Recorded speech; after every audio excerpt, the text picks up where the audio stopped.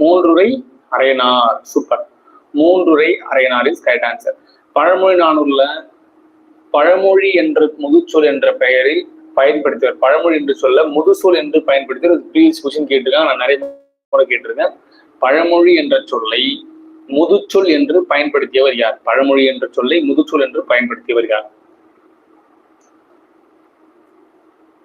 Tolkappiyar. Super. அதே போல பழமொழி என்ற சொல் முதலாக இடம்பெற்றுள்ள நூல். பழமொழி என்ற சொல் முதலாக இடம்பெற்றுள்ள நூல் இது. பழமொழி என்ற சொல் முதலாக இடம்பெற்ற நூல்.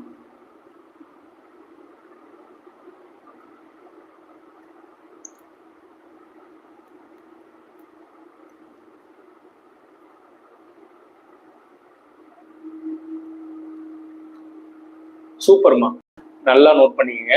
பழமொழி என்ற சொல் முதல் இடம்பெற்ற நூல் வந்து அகநானூறு. பழமொழி என்ற சொல்லை முதுச்சொல் என்ற பெயரை பயன்படுத்தியவர் தொல்காப்பியர். அதே போல பழமொழி என்ற சொல்லை முதலாக இடம்பெற்ற நூல் அகநானூறு. தெளிவா நோட் பண்ணிக்கங்க. ஓகேங்களா?